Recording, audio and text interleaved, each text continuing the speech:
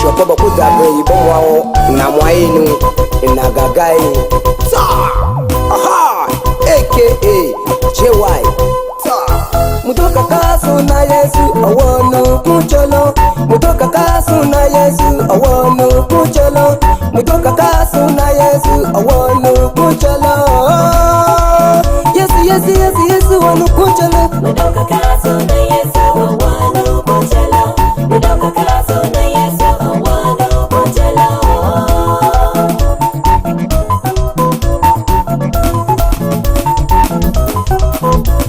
Mutoka kaso na Yesu awono kucholo. Mutoka kaso na Yesu awono kucholo. Mutoka kaso na Yesu awono kucholo. Yesu go kucholo.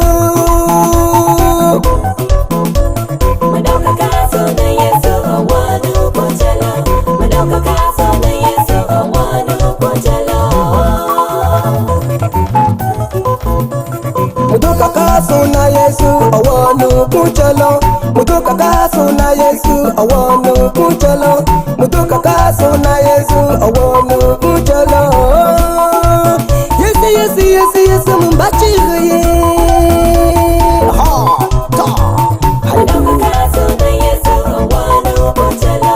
Mutoka kaso na Yesu awono kucholo. Ribasa.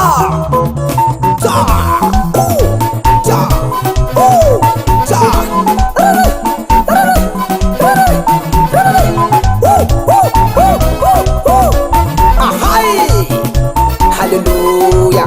Mama mwa Yesu.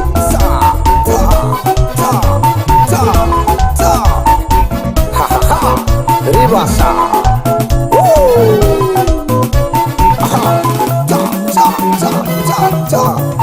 Mutoka kaso na Yesu awono kucholo. Mutoka kaso na Yesu awono kucholo. Mutoka kaso na Yesu awono kucholo. Yesu go kucholo. Mutoka kaso na Yesu awono kucholo. Mutoka kaso na Yesu awono kucholo. Mekuteguza. Itaye na finda kwayo. Mekuteguza. Itaye na finda Ayesa ki mekuteguza. Itaye na finda Adai kwai mekuteguza. Itaye na finda Adikasa mekuteguza.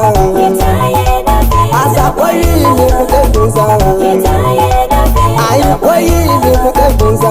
Itaye na finda kwayo. Mekuteguza. Itaye na finda kwayo. Mekuteguza. Itaye na finda Adai kwai mekuteguza. Itaye na finda Amadibi mekuteguza. Itaye na finda kwayo. Abako jimo chiga mekuteguza. Saba nukweta kwaza. Hadapa Yesu zogobon. Shohala hagifo. Hagia lakbai. Sara jimbalan he ba bedema. Ba to ship yo kmanima. Saba pa na chema. Hajo ba shugmi. Omudo awo. Jani jimo chiga saba nukweta kwaza. Hadapa Yesu zogobon. Shohala hano. Hala habo kujilo. Hoya beida ngege habwa babwa benu. Baba bwasa subenu. Shoba ba dena he. Hayo da shitara ngai be sita mojino. Eya kwe ya janda lei. Okole ya janda blu. Eya sa kwe beda bagado. Ozawa ka boda okma ijon. Okma baluo. Benu kwete waza. Itaye na finda kwayo. Benu kwete waza. Itaye na finda Ayesa ki benu kwete waza. Itaye na finda kwayo. Chene ye mochide. Emi bodo guza. Adai na finabwa. Hallelujah. Ribasa. Ta ta ta ta ta ta ta ta. Abo walanu. Akpaji febe. Shia obe mo me da dem la me aje atube. Bai ni. Ta ta. Iye finu. Ta. Iye finu. Ribasa. Asi ife iye finu. Ribasa. Asi ife iye finu adiki ye finu yes me bahologe yes me bahologe yes me bahologe oh gabujenge la mia oh gabujenge la mia oh gabujenge la mia yes me bahologe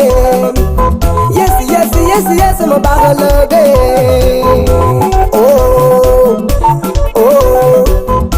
oh gabujenge la mia gabujenge la mia hallelujah gabujenge la mia ha ha muda pa dene pe tene je mo grace ge wo kam shi wa pa bujenga mi ngo la mia o to ko tigana mo pa dene bo wa da shi shi ne pe woo yes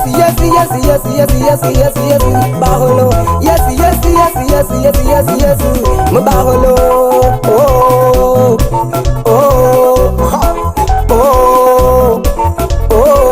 ha ta aha woo yes me baholo guje la mia oh guje la mia oh hallelujah hola yuki aba hotaji nasaran hola le Mr. Ayaba hotaji nasaran hola le Ismail aba hotaji nasaran chani jime chiga yesi ma buje kigo buje wajiba yinu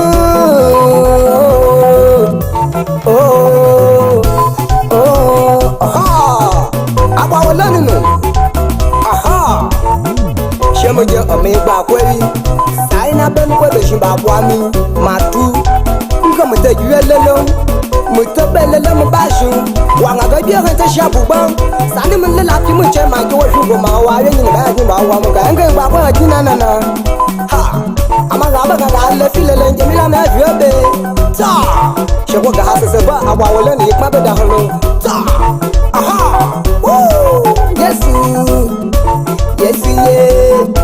yes gabujenge la mia yes gabujenge la mia mbabo ye